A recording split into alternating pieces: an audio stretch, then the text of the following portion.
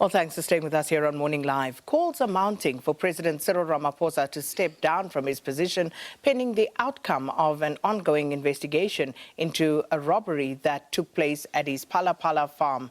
Now, the latest of these calls is from African National Congress veteran Dr. Mavuso Msimang, who says it is advisable for President Ramaphosa to step down for the sake of stability within the ANC and the country. Now, the president and his office have chosen not to comment on the matter, saying that they would rather allow relevant law enforcement agencies to investigate. Last month, the former state security head, Fraser, laid a criminal complaint against the president, and those charges include money laundering and subsequent alleged torture of some of the suspects involved in that robbery. So to help us unpack this and some other developments, we are joined by political analyst Aubrey Matshiqi. Gogo, thanks so much for your time. Welcome to Morning Live once more. Thank you. So I want to start not, with the latest in the political sphere, but with what's happening in the Eastern Cape in East London this morning. Mass burial of 21 teenagers, young people in the prime of their life, the youngest victim 13 years old. Is this just another incident as we seem to have treated it? It's piqued our curiosity because I guess we can't just not flinch at 21 young people dying. But over and above that, have we become desensitized as a nation to tragedies such as these? Well, I have been in pain. My spirit has been in pain about the death of these young people for months now. Some may remember a tweet I sent a few months ago in which I spoke about my spirit in pain about the death of young people. Now, just keep that image in your head, even before the funeral, the image of 21 coffins with young people in those coffins. Just keep that image in your mind. Now, remember that the spirit world, when it speaks to us, it does so in many ways. Part of its language are events, sometimes tragic events. But if you look at South Africa, we have seen a series of events which suggest that the spirit world is not at peace and has been trying to sensitize us to the need to be better and do better and reach for our higher selves, whether it is in politics or elsewhere in our lives. So when I look at this image in my head, it speaks to the state of the country, but particularly the spiritual state of the country. And the spiritual state of our country manifests in politics, in the state of the economy, and in tragic events such as this. So there are things in the country we label political, when the political is but a symptom of a deeper malaise at a spiritual level. And so I invite the country to connect to the pain of the families of the 21 young people who died, but also connect to the manner in which they died. Because even the manner in which they died speaks to us about the spiritual state of the nation. In fact, in my view, we should be talking about a state of emergency when it comes to the spiritual state of the nation. If we don't address the spiritual state of the nation, what we call political and other problems, what we call economic and other problems, will persist until we connect with the essence of our problems, which I believe is at a spiritual level. And, you know, I think that's a conversation that we need to have perhaps more discursively at another stage. But I did just want to pulse you on that.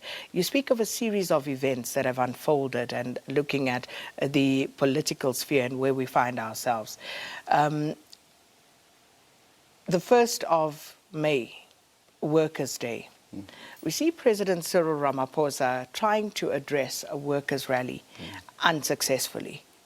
And that was pretty reminiscent of something that had happened previously to his predecessor, President Jacob Zuma.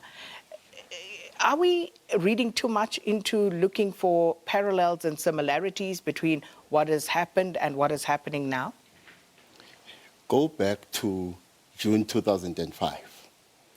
It's a June 16 commemoration event in Mbombela. Former President Thabo Mbeki stands up to speak to the crowd gathered there, and he is heckled in the most grotesque way. You come back to today, the 1st of May, the President of the Republic, for his safety, is put in a police vehicle, an Inyala, and he leaves the stadium in that unceremonious way. Go back to the so-called 9 wasted years of the Zuma presidency, and of course it is a mischaracterization because it's 9 wasted years of the ANC's misrule. Now, you and I in 2014 had a conversation. It was after Umkhosi Womhlanga, the reed dance. And what happened at the reed dance is that former President Zuma had to be whisked away from that event because a group of young maidens behaved as if they were being possessed by demons. And his VIP protectors had to remove him from the event. I said to you at the time that this is the ancestors talking. They are saying to him that from this moment onwards, your political life is going to unravel and nothing is going to stop what ultimately will be your demise politically. Similarly, I am reminded of that when I think of the image of the President of the Republic, President Cyril Ramaphosa, in a police nyala, basically fleeing that stadium for his safety.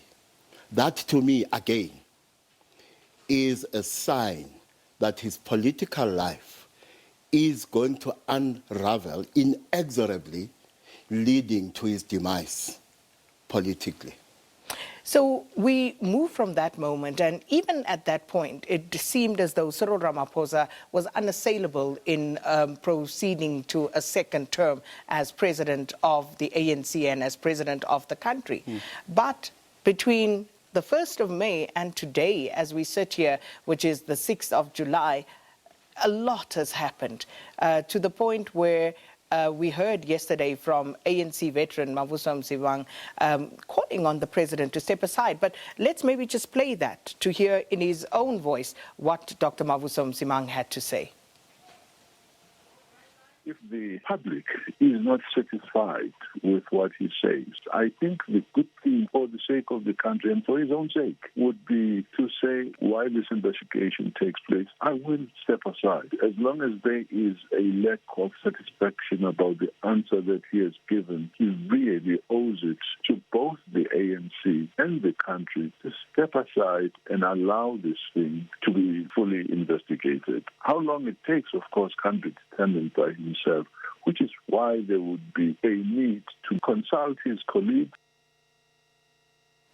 So, someone who would otherwise be seen as an ally or someone who basically had much goodwill towards President Cyril Ramaphosa, saying the president should step aside until the Farmgate, as it's now become known, saga is investigated.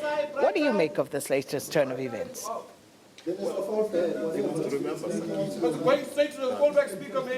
Mavuso is regarded by many inside and outside the ANC as the eminent grise of ANC veterans. Now, you will remember how outspoken he was against Jacob Zuma and how he called for Jacob Zuma to step aside himself, to step down himself as President of the Republic.